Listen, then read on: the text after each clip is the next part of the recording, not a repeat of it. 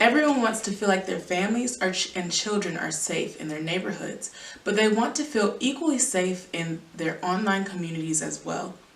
In efforts to create this safety, the question is asked, should proven sex offenders have restrictions on their internet and social media use?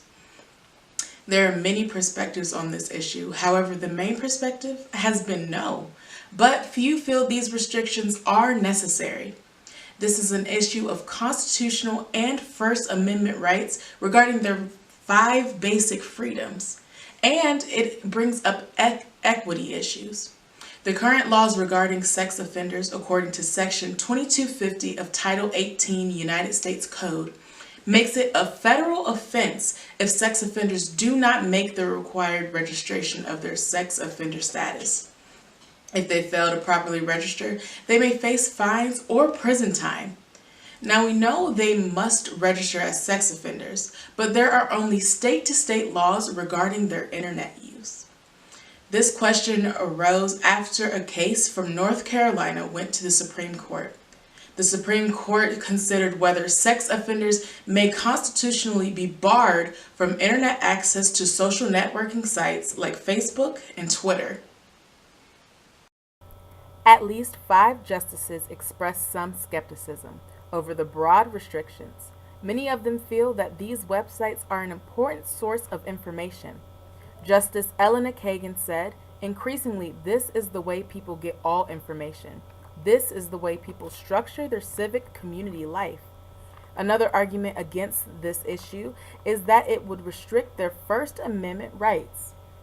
The organization Human Rights Watch feels sex offender laws do more harm than good. They feel that politicians didn't do their homework before enacting these sex offender laws. Instead, they have perpetuated myths about sex offenders and failed to deal with the complex realities of sexual violence against children. These laws don't allow for growth and hurt those with minor initial charges. On the other hand, Justice Samuel Alito agreed with North Carolina, suggesting that instead of a full restriction, they could limit core social networking sites. He also says there are still alternative channels that these sex offenders could use.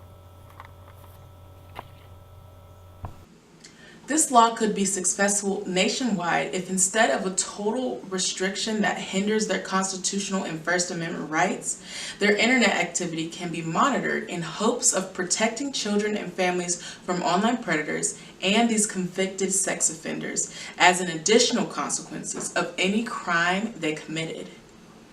Overall, officials and lawyers involved in the case believe North Carolina's law will be deemed unconstitutional before the end of the court's term in June, but believe North Carolina will try a variation to their initial law.